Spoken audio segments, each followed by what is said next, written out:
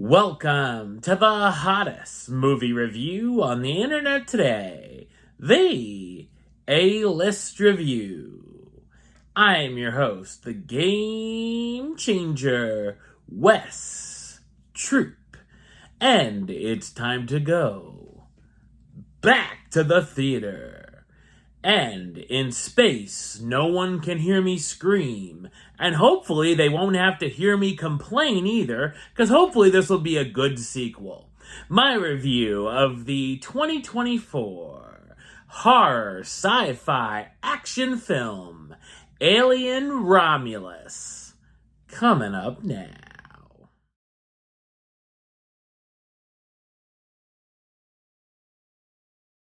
While scavenging the deep ends of a derelict space station, a group of young space colonists come face to face with the most terrifying life form in the universe, the mother-in-law. The xenomorph. So what did I think of Alien Romulus? I thought it's an exciting and frightening sci-fi action horror film. It's the seventh film in the Alien franchise and is set in between Alien and Aliens. The film is directed and co-written by Fede Alvarez, who's also known for directing the films Evil Dead 2013, Don't Breathe, and The Girl in the Spider's Web.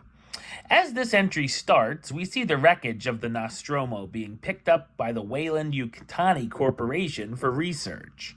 We then quickly meet our new cast of characters, Rain, an employee for a mining company, and her adoptive brother Andy, who's a synthetic human who was reprogrammed by Rain's late father. They live and work on a mining planet that never sees the sun, and along with her ex-boyfriend, Tyler, and his group of friends, come up with a plan to find a decommissioned ship to retrieve stasis chambers in order to take a trip to another planet, Yavaga. Unfortunately for them, the ship isn't as empty as they expected, and a number of aliens are on board.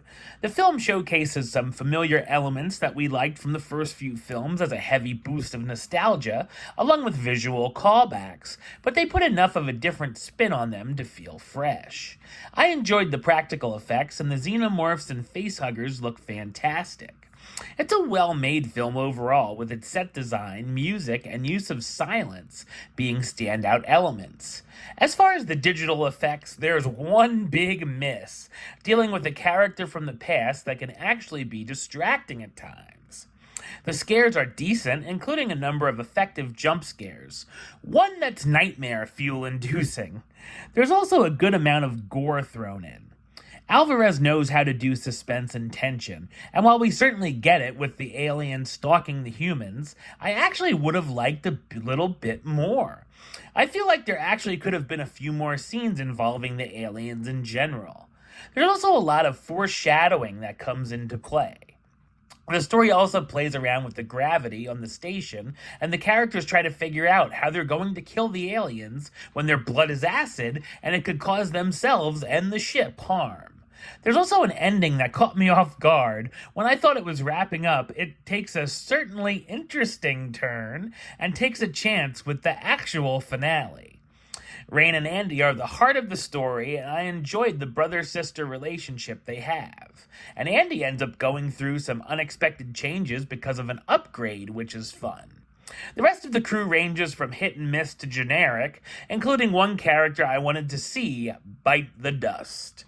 Kaylee Spaney, who's quickly becoming one of my favorites and reminds me a bit of Natalie Portman here, stars as Rain, the orphan miner who gets more than she bargains for on the ship, David Johnson as Andy, the android programmed to be Rain's protector and surrogate brother, Archie Renault as Tyler, Rain's ex-boyfriend, and Isabella Merced as Kay, Tyler's pregnant sister. While it's impossible to beat the original two films, Alien Romulus is entertaining, thrilling, and scary, and fits as a nice third best in a very inconsistent series. Number-wise, I'm going to give Alien Romulus an 8 out of 10, which gives it the A-list rating of do it, and a high do it at that. Alright, well that's the show. I'll be back with another review very soon. But until then, don't forget to like, comment, and subscribe right here on YouTube. YouTube.com/WestsideOf515.